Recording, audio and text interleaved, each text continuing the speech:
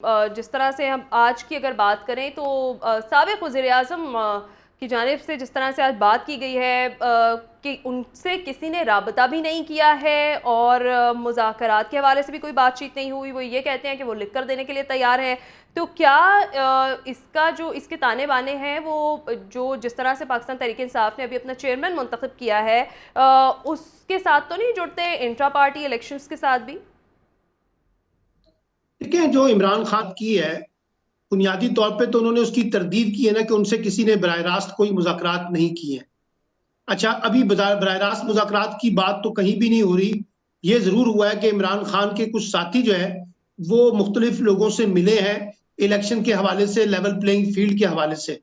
और उसमें जो एक बुनियादी नुक्ता आया था कि इमरान खान अपनी पार्टी की सदारत से दस्तबरदार हों और उनकी जगह कोई मुतबादल क़यादत सामने आए, वो इंतज़ामी ज़रूरत भी पूरी कर ली गई है।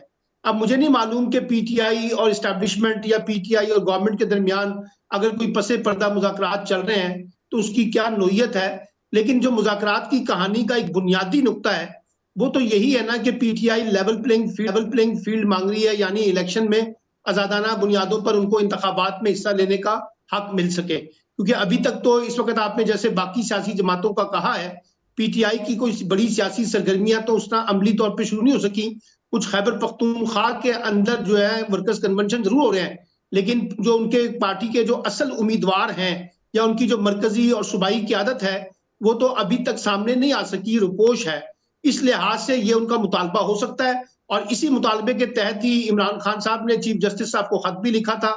तो अब देखते हैं कि ये जो सारी बात आगे बढ़ रही है कि जब इलेक्शन शेड्यूल आएगा, जो कि कहा जा रहा है कि 14 दिसंबर तक आ सकता है, और अगर वाक़ई 14 दिसंबर को इलेक्शन शेड्यूल आता है, तो उसके बाद देखना पड़ेगा कि किस किस्म की लेवल प्लेइंग फील्ड या कितनी स्पेस मिलती है पीटीआई को इलेक्शन लड़ने की। और उसी से डिटरमिन होगा कि अगर कोई पसे पर्दा मुज़ाकरात या बातचीत चल भी रही थी, तो वो किस हद तक जो है नतीजा खेज साबित हो सकी है।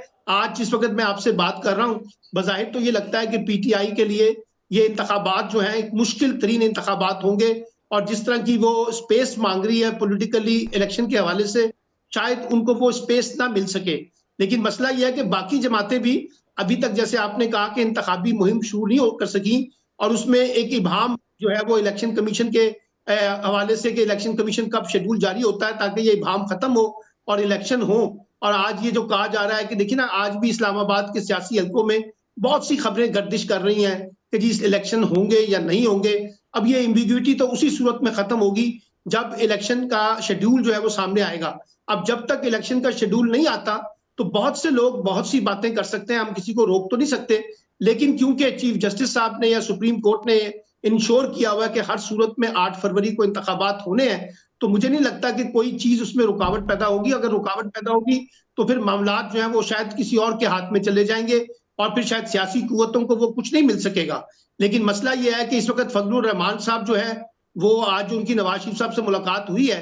अब मुझे नहीं मालूम कि इसके अंदर इंटरनल एजेंडा क्या होगा, लेकिन ये बात सबको मालूम है कि फजलुर रहमान साहब को इंतखाबात सूट नहीं कर रहे हैं इस वक़्त।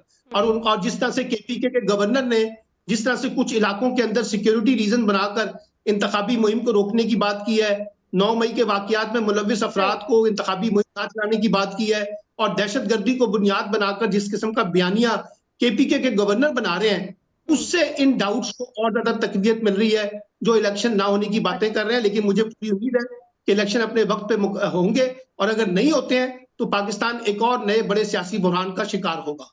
ठीक है।